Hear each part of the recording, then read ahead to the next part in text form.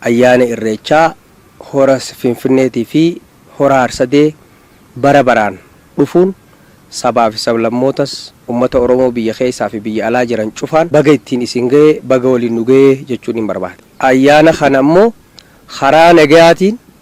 karaa tasgabbii qabuun qaamolee nageenyaatis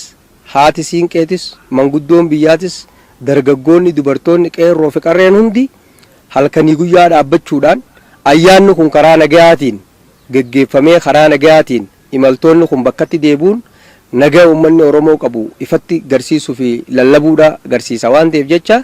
ayyaana kana milkeessuudhaaf kutaaleen hawaasaa hundi gahee irraa eegamu bahachuudha qabanii konkolaachistoonni geejjiba konkolaachisanilleen imaltoota fuudhanii deeman kana nagaan geessanii nagaan akka fidaniif tumsa qindoomina qaama hundaa waan barbaaduuf jecha wal tokko taanee wal cinaa dhaabbannee wal dhageenyee wal dhaggeeffannee karaa nagaatiin akka gaggeessu